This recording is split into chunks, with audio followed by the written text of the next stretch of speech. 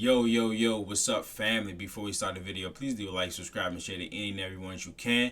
Just bring it out there a little bit more. With that being said, let's get right into the video. So today we have another reaction to a Bleacher Report article. Shout out Bleacher Report. This was about 3 days ago. 5 wild NBA trade ideas that can actually work. Of course, the cover art is the Chicago Bulls stars Zach LaVine and DeMar DeRozan. There was a report that came out a couple of days ago that Chicago is more open to the possibility of moving Zach LaVine than they have in the past. Of course, that means they will most likely trade DeMar DeRozan too, but I don't know what his value is like, what you can get back for DeMar DeRozan, or even what teams would take on a guy like DeRozan. But let's see what they got here. First is Kyle Kuzma to the 76ers. As a Celtics fan, I don't like this.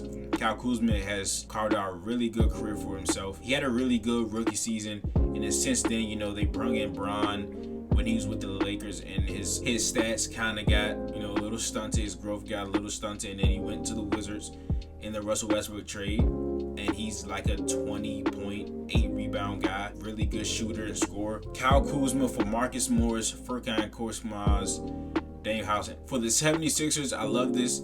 I just don't think Kyle Kuzma is only worth one first rounder, especially in 2026. It would be more believable if they got more picks for this year.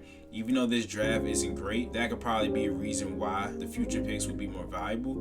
But Morris, Korkmaz, and House are like probably all expiring contracts. Yeah, you get off the max, but what are you doing with that if you're the Wizards? For the Wizards, this deal gives you 3 expiring contracts, which would open up some flexibility this offseason. Who the fuck is coming to the Wizards? Nobody is saying, oh, the Wizards have cap space, I'm going to go there. No. The only way you're going to the Wizards if you get traded there or you are drafted there. And then you get extended. I want to look at their whole roster and see how they got there. I want to see, because maybe when it was John Wall and Bradley Beal, there might be a B or C tier player that's like, okay, if they have some cap space, I can maybe go there because that's a good playoff team, right? We could probably make some noise. But right now, bro, nobody is doing that. And they still have Bradley Beal up here. Okay, let's go. Avdija was drafted. Patrick Baldwin was traded. Jared Butler was picked up off of free agency. John Butler, I believe he was picked up, but he could have been drafted. Koulibaly, drafted. Johnny Davis, drafted. Gafford. I don't know how Gafford got there. I know he's with Chicago. He might have signed there. He actually might have signed there. But that was when they had Russell Westbrook, Bradley Beal. He was with Porzingis last year. That was a solid and okay playoff team. Gallinari was traded there. Anthony Gill, I think they signed him in like free agency or something. He could have been drafted there. Tyus Jones traded. Corey Kispert drafted. Kyle Kuzma traded. Mike Muscala traded. Eugene Omoruyi could have got picked up off the waiver wire. Jordan Poole traded. Ryan Rollins traded. Landry Shamet traded. DeLon Wright, I don't remember how he got there. He might have signed. So that's 2 out of about 16 players that maybe signed there. Cap space does nothing for the Washington Wizards. I just wouldn't trade Kuzma for just one first round pick in 2026. Next is DeMar DeRozan to the Lakers. DeMar DeRozan for D'Angelo Russell, Gabe Vincent, and 2030 first round pick. I think this is more than what the Wizards got for Kyle Kuzma. At this stage, I think Kyle Kuzma is more valuable than DeRozan, only because DeRozan is 34 years old, and especially going to the Lakers, I don't know what the fit will be there. He's not a catch and shoot guy. He's a scorer. He's a pure scorer. I think he can really still score at a high level, like that 23-24 range. But with Bron, AD, I don't really know how that would go. But Chicago, I love this. You get 2 guys that you can flip. You get a 2030 first round pick.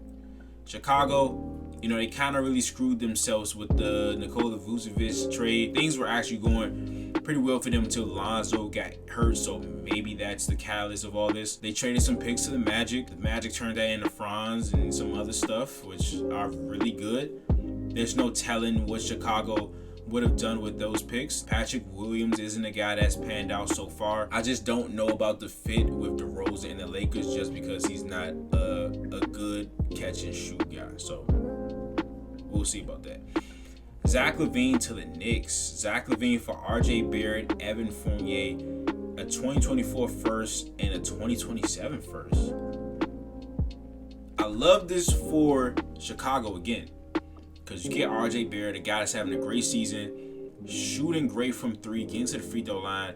Evan Fournier, I believe, is an expiring contract. And you get 2 first-round picks. You get a this-year pick and a 2027 first. For the Knicks, I'm not struggling to see if this is like a worthwhile upgrade. But I think, of course, Zach is an upgrade from RJ. Is he that much of an upgrade to give up 2 first-round picks? And even if you think that's true, what does this do for the Knicks, right? So they make this trade, right? Where do you see them in the Eastern Conference with Zach LaVine? I think they're 4th. Even if they're more talented than them, I still think a team like the Heat can beat them in the playoff series. So let's say you have the Celtics, the 76ers, and the Bucks. Then there's the Knicks with Zach LaVine. Maybe they get better because you stoop Julius Randle down in the pecking order as far as scoring. He's been inefficient. He's one of the most. Never mind. He's just not a second option in my opinion. So if you stoop him down to 3, maybe less shots, he becomes more efficient.